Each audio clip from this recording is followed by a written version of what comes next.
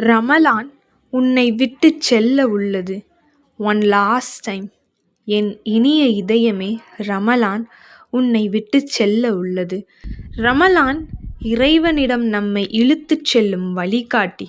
இந்த உலகில் இறைவனுக்கு பிடித்த அடியானாக நம்மை மாற்றுவதற்கான பயிற்சி பட்டறைதான் ரமலான். ஒரு போர் வீரன் எவ்வாறு போருக்கு தயாராவானோ அதேபோல் இந்த உலகில் நம்மை தீமையின் பக்கம், கெட்ட விஷயங்களின் பக்கம் இட்டுச் செல்லும் காரியங்களிலிருந்து நம்மை காப்பாற்றிக் கொள்ள அல்லாஹ் கொடுக்கும் பயிற்சிதான் ரமலான். என் அன்பு இதயமே, ஒன்றை யோசித்துப் பார்.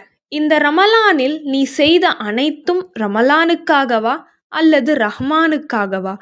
ரமலானில் 4 குர்ஆன், 3 குர்ஆன், 2 குர்ஆன் முடித்திருப்போம். ரமலான் முடிந்த பிறகு ஒரு நாளைக்கு ஒரு பக்கமாவது ஓதலாமே. ரமலானில் அதிக இரவு வணக்கங்களை செய்திருப்போம். ரமலான் முடிந்த பிறகு ஃபர்லான தொழுகையையாவது நேரத்தில் தொழலாமே.